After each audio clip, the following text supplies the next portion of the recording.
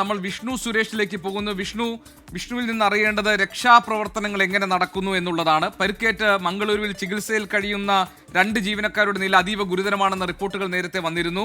അവരുടെ ശ്വാസകോശത്തിന് ഉൾപ്പെടെ പരിക്കു പറ്റിയിട്ടുണ്ട്, പൊള്ളലേറ്റിട്ടുണ്ട് എന്നതാണ് മനസ്സിലാക്കാൻ കഴിഞ്ഞത്. 6 പേർക്ക് പൊള്ളലേറ്റ് ചികിത്സയിലുണ്ട്. അതിൽ 3 പേർ ചൈനക്കാരാണ്, 2 പേർ മ്യാൻമറിൽ നിന്നുള്ള ആളാണ്, ഒരാൾ ഇന്തോനേഷ്യക്കാരനാണ്. അങ്ങനെ ഇവരെല്ലാം ഏജ് ആശുപത്രിയിലുണ്ടല്ലോ. ഇനി നമുക്കറിയേണ്ടത് ഈ 22 ജീവനക്കാരിൽ 18 പേരെയാണ് ഇന്നലെ INS സൂറത്തിന് ആ കപ്പലിൽ നിന്ന് ഒഴിപ്പിക്കാൻ കഴിഞ്ഞത്. 4 പേരെ ഇപ്പോഴും 4 പേരുടെ അവസ്ഥ എന്താണ്? അവർ മിസ്സിംഗ് ആണ്. അവർക്ക് വേണ്ടിയുള്ള തിരച്ചിൽ എങ്ങനെ നടക്കുന്നു? ഈ രക്ഷാദൗത്യം സംബന്ധിച്ച് നാവികസേനയോ കോസ്റ്റ് ഗാർഡോ എന്തെങ്കിലും വിവരങ്ങൾ കൈമാറുന്നുണ്ടോ?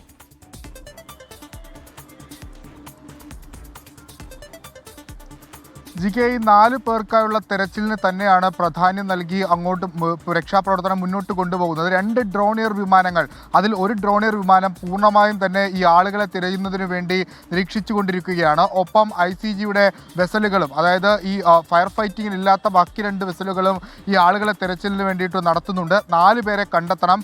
അത് ഇന്ത്യൻ നേവിയെ സംബന്ധിച്ചിടത്തോളം കോസ്റ്റ് ഗാർഡിനും വലിയ അഭിമാന പ്രശ്നമാണ് ഇവരെ കണ്ടെത്തുക എന്നുള്ളത്. അത് ഇന്നലെ മുതൽ തന്നെ ഈ ഓപ്പറേഷൻ പ്ലാൻ ചെയ്ത ഘട്ടത്തിൽ തന്നെ 22 പേരെയും രക്ഷിക്കുക എന്നുള്ളതിനായിരുന്നു പ്രൈം ഇമ്പോർട്ടൻസ് നൽകിയത്. അതിൽ 18 പേരെ നമുക്ക് രക്ഷപ്പെടുത്തി കരയിലെത്തിക്കാൻ സാധിച്ചിട്ടുണ്ട്. 4 പേരെ കാണാനില്ല. ആ 4 പേർക്കായുള്ള തെരച്ചിൽ ഇപ്പോഴും തുടരുന്നു. ഈ 18 പേർക്കൊപ്പം ഇവരും കടലിൽ ചാടിയിരുന്നു എന്നാണ് നമുക്ക് ലഭ്യമാകുന്ന വിവരം. അങ്ങനെയാണെങ്കിൽ ഇവർ ഏതെങ്കിലും തരത്തിൽ എവിടെയെങ്കിലും സുരക്ഷിതമായി ഉണ്ടോ എന്നുള്ള കാര്യത്തിലടക്കം പരിശോധനകൾ ഇപ്പോഴും പുരോഗമിക്കുകയാണ്. കാരണം ലൈഫ് ജാക്കറ്റ് അടക്കം ഉപയോഗിച്ചായിരിക്കും ചാടിയിട്ടുണ്ടാകുക. അങ്ങനെയെങ്കിൽ രക്ഷപ്പെടാനുള്ള സാധ്യതയുണ്ട്. പക്ഷേ ഇപ്പോഴും ഒരു വ്യക്തത അക്കാര്യത്തിൽ വന്നിട്ടില്ല. ഇവരെ കണ്ടെത്താനുള്ള ശ്രമം പുരോഗമിക്കുകയാണ്. അത് ഈ മാൻ മിസ്സിങ്ങുമായി ബന്ധപ്പെട്ട്, മാൻ റെസ്ക്യൂവുമായി ബന്ധപ്പെട്ടുള്ള കാര്യമാണ്. മറ്റൊന്ന് ഈ കപ്പലിലെ തീപിടുത്തവുമായി ബന്ധപ്പെട്ടാണ്. ഒരുപാട് വെല്ലുവിളികൾ നേവിയെ സംബന്ധിച്ചിടത്തോളം, ICGയെ സംബന്ധിച്ചിടത്തോളം ഉണ്ട്. കാരണം അവർ ഇതിനു മുൻപ് ഇത്തരത്തിലൊരു സാഹചര്യത്തിലൂടെ കടന്നു പോയിട്ടില്ല. MSC എൽസാ-3 മുങ്ങിയ ഘട്ടത്തിൽ അതിൽ തീപിടുത്തമോ അല്ലെങ്കിൽ മറ്റു പ്രശ്നങ്ങളോ ഒന്നും ഉണ്ടായിരുന്നില്ല. കപ്പൽ അതിൻ്റെ ബാലാസിലുണ്ടായിരുന്ന തകർച്ചയെ തുടർന്ന്, അല്ലെങ്കിൽ അതിൽ ഉണ്ടായിരുന്ന പിഴവിനെ തുടർന്ന് കപ്പൽ അങ്ങോട്ട് ചരിഞ്ഞു പോവുകയും പിന്നീട് കണ്ടെയ്നറുകളൊക്കെ ഒഴുകിപ്പോവുകയായിരുന്നു. അതിലുള്ള ആളുകളെല്ലാം പൂർണ്ണമായി നമുക്ക് രക്ഷിക്കാനായി. ഇവിടെ പക്ഷേ അങ്ങനെയല്ല. ഒരു കപ്പലിനകത്ത്, കണ്ടെയ്നറിനകത്ത് എക്സ്പ്ലോഷൻ ഉണ്ടാവുകയും ആ എക്സ്പ്ലോഷൻ മറ്റിടങ്ങളിലേക്ക് പടരുകയുമാണ് ചെയ്തിരിക്കുന്നത്. അതുകൊണ്ട് തന്നെ ഈ കപ്പൽ, അതായത് ICG കപ്പലുകൾക്ക് ഈ നിലവിൽ വാൻഹായ് കപ്പലിൻ്റെ അടുത്ത് പോയി ഫുൾ ഫ്ലഡ്ജായി ഫയർ ഫൈറ്റ് ചെയ്യാൻ ഇതുവരെ പറ്റിയിട്ടില്ല. അത് വളരെ ശ്രമകരമായ ദൗത്യമാണ്. കാരണം ഫുൾ ഫ്ലഡ്ജായി ഫയർ ഫൈറ്റ് ചെയ്ത് കഴിഞ്ഞാൽ ഈ വെള്ളം കപ്പലിൽ നിന്ന് പുറത്തേക്ക് പോകില്ല, കപ്പലിൽ തന്നെ കെട്ടിക്കിടക്കും. അങ്ങനെ കപ്പൽ ഓവർ വെയിറ്റ് ആകും, ഡിസ്ലൊക്കേറ്റഡ് ആകും. കപ്പലിൻ്റെ ഡിഗ്രി ഇപ്പോൾ 10 മുതൽ 15 വരെ ഡിഗ്രി ചെരിഞ്ഞിട്ടുണ്ട്. അതൊരു 45 ഡിഗ്രിയിലേക്കൊക്കെ പോയി പിന്നീട് കപ്പൽ പൂർണ്ണമായും മുങ്ങിപ്പോകും. അതുകൊണ്ടാണ് ഫുൾ ഫ്ലഡ്ജ് ആയിട്ടുള്ള ഫയർ ഫൈറ്റിന് ഇപ്പോഴും നേവിയും കോസ്റ്റ് ഗാർഡും മുതിരാത്തത്. അവർ ഒരു മൈൽഡായ രീതിയിലുള്ള ഫയർ ഫൈറ്റിംഗ് ആണ് ഇപ്പോഴും നടത്തുന്നത്. ഇപ്പോൾ പ്രധാനമായും നേരത്തെ നമ്മൾ രാവിലെ മുതൽ സൂചിപ്പിക്കുന്ന പോലെ തന്നെ ബൗണ്ടറി കൂളിംഗ് എന്ന പ്രോസസ്സിനാണ് ഏറ്റവും കൂടുതൽ പ്രാധാന്യം നൽകുന്നത്. അതായത് ഒരിടത്ത് തീ പിടിച്ചിട്ടുണ്ടെങ്കിൽ അതിൻ്റെ തൊട്ടടുത്ത സൈഡ് കൂടുതൽ തണുപ്പിച്ചു കൊടുക്കുക. അപ്പോൾ അങ്ങോട്ടേക്ക് തീ പടരില്ല.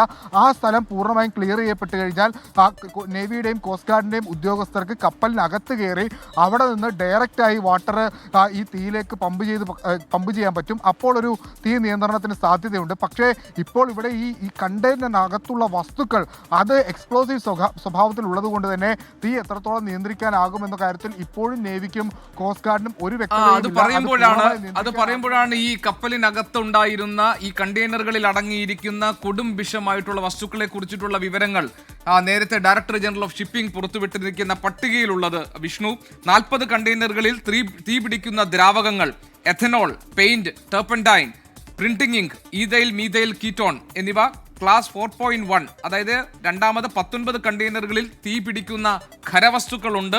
മൂന്നാമതായി വായു സമ്പർക്കമുണ്ടായാൽ, അത് when in touch contact with atmosphere air ഉണ്ടായാൽ തീ പിടിക്കുന്ന 4900 കിലോഗ്രാം രാസവസ്തുക്കൾ അതിനകത്തുണ്ട്. പിന്നെ കീടനാശിനി ഉൾപ്പെടെ വിഷവസ്തുക്കൾ 20 കണ്ടെയ്നറുകളിൽ 1.83 ലക്ഷം കിലോഗ്രാം ബൈപൈറിഡിലിയം, ഒരു കണ്ടെയ്നറിൽ 27,786 കിലോഗ്രാം ഈഥൈൽ ക്ലോറോഫോർമേറ്റ്, പിന്നെ ഡൈമീഥൈൽ സൾഫേറ്റ്, പിന്നെ ഹെക്സാമെഥിലിൻ ഡൈസോസൈനൈറ്റ്. ഇതൊക്കെ തന്നെ ഈ തരത്തിൽ അപകടകരമായ വസ്തുക്കളാണ്. അതുപോലെ തന്നെ മറ്റു വസ്തുക്കൾ കൂടി ഈ കണ്ടെയ്നറുകളിൽ അടങ്ങിയിട്ടുണ്ട്. അപ്പോൾ വിഷ്ണു, ഇനി നമ്മുടെ മുന്നിലുള്ള ആശങ്ക ഒന്ന്, വായുവുമായും ജലവുമായും സമ്പർക്കമുണ്ടായാൽ കത്തുന്ന അല്ലെങ്കിൽ പൊട്ടിത്തെറിക്കുന്ന വസ്തുക്കളടങ്ങിയ കണ്ടെയ്നറുകളിൽ കൂടുതൽ കണ്ടെയ്നറുകൾ ഇപ്പോൾ കപ്പൽ ചെരിഞ്ഞതോടുകൂടി കടലിലേക്ക് വീണിരിക്കുന്നു. ആ കണ്ടെയ്നറുകളിൽ നിന്ന് ലീക്ക് ഉണ്ടായിക്കഴിഞ്ഞാൽ അപകടകരമാണ്. മാത്രമല്ല, കീടനാശിനിയും ടെർപ്പൻറ്റൈനും ഒക്കെ അടങ്ങുന്ന വസ്തുക്കൾ അതിനകത്തുള്ളത് കൊണ്ട് തന്നെ അത് ജലത്തെ വിഷാംശമുള്ളതാക്കി മാറ്റാനുള്ള സാധ്യതയുണ്ട്. അതൊരു പരിസ്ഥിതി മലിനീകരണത്തിലേക്ക് എത്താൻ പോകുന്നു. എന്ന് പറഞ്ഞാൽ തീരദേശവാസികളെ സംബന്ധിച്ച് അത്രയും ആശങ്കയുണ്ടാക്കുന്ന ഒരു സ്ഥിതിവിശേഷമാണുള്ളത്. ഇത് തടയാൻ, ഇത്തരത്തിലുള്ള ഒരു അപകടാവസ്ഥയെ മറികടക്കാൻ എന്തെങ്കിലും ഒരു ഇടപെടൽ നടക്കുന്നുണ്ടോ? അതിൽ ഏതെങ്കിലും തരത്തിലുള്ള ഒരു വിശദീകരണം ഉത്തരവാദിത്തപ്പെട്ടവർ നൽകിയിട്ടുണ്ടോ? വിഷ്ണു. ജിക്ക്, ഇപ്പോഴും ഈ കപ്പലിൽ നിന്ന് ഓയിൽ സ്പില്ല് ഉള്ളതായ ഒരു സ്ഥിരീകരണ വിവരം നേവിയും കോസ്റ്റ് ഗാർഡും നൽകിയിട്ടില്ല. ഓയിൽ സ്പില്ല് ഇല്ലാത്തടത്തോളം കാലം നമുക്കതത്ര ആശങ്കപ്പെടുത്തേണ്ട കാര്യമില്ല. പിന്നീട് ഈ ഒഴുകിപ്പോയ കാർഗോയുമായി ബന്ധപ്പെട്ട് എന്തെല്ലാം കാർഗോ ഒഴുകിപ്പോയിട്ടുണ്ട്, അത് ഏതെല്ലാം ഘട്ടത്തിൽ എവിടെയൊക്കെ എത്തും എന്നുള്ള കാര്യത്തിൽ അത് വന്നാൽ മാത്രമാണ്, അല്ലെങ്കിൽ ഈ കമ്പനിയുമായി സംസാരിച്ച് അവരിൽ നിന്നാണ് ആ വിവരങ്ങളൊക്കെ ലഭിക്കേണ്ടത്. ഒഴുകിപ്പോയ കാർഗോയിൽ ഏതെങ്കിലും തരത്തിൽ ഹസാഡസായ വസ്തുക്കൾ ഉണ്ടോ എന്ന് പറയേണ്ടത് അവരാണ്.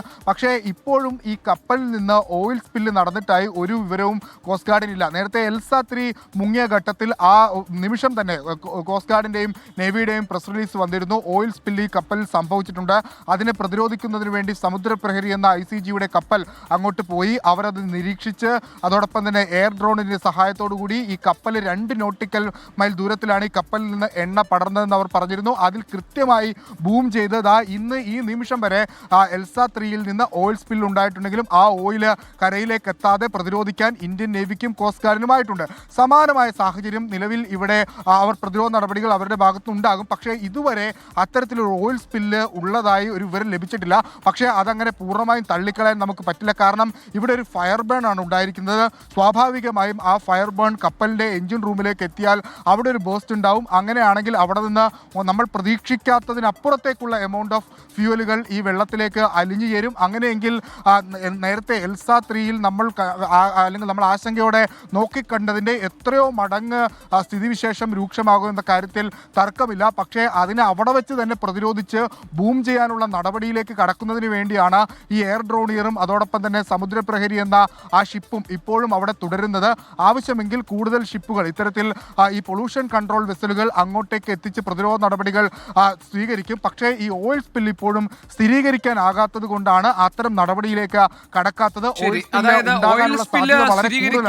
സ്ഥിരീകരിക്കപ്പെടുന്ന സാഹചര്യമാണ് കുറെ കൂടി ആശങ്ക ഉണ്ടാക്കുന്ന സാഹചര്യം. ഏതായാലും അത് സംബന്ധിച്ച് ഈ കണ്ടെയ്നറുകളിൽ നിന്ന് ഓയിൽ സ്പിൽ ഉണ്ടാകാനുള്ള സാധ്യത, അതായത് ഇതിനകത്തെ വസ്തുക്കൾ പുറത്തേക്ക് കടലിലേക്ക് അലിഞ്ഞു ചേരാനുള്ള സാധ്യതയുണ്ടോ എന്നത് സംബന്ധിച്ചുള്ള വ്യക്തമായ ഒരു വിവരവും ഇതുവരെ പുറത്തു വന്നിട്ടില്ല. ഏതായാലും ഓയിൽ സ്പിൽ സ്ഥിരീകരിച്ചിട്ടില്ല എന്നാണ് വിഷ്ണു സുരേഷിന്റെ റിപ്പോർട്ടിൽ നിന്ന് മനസ്സിലാക്കുന്നത്.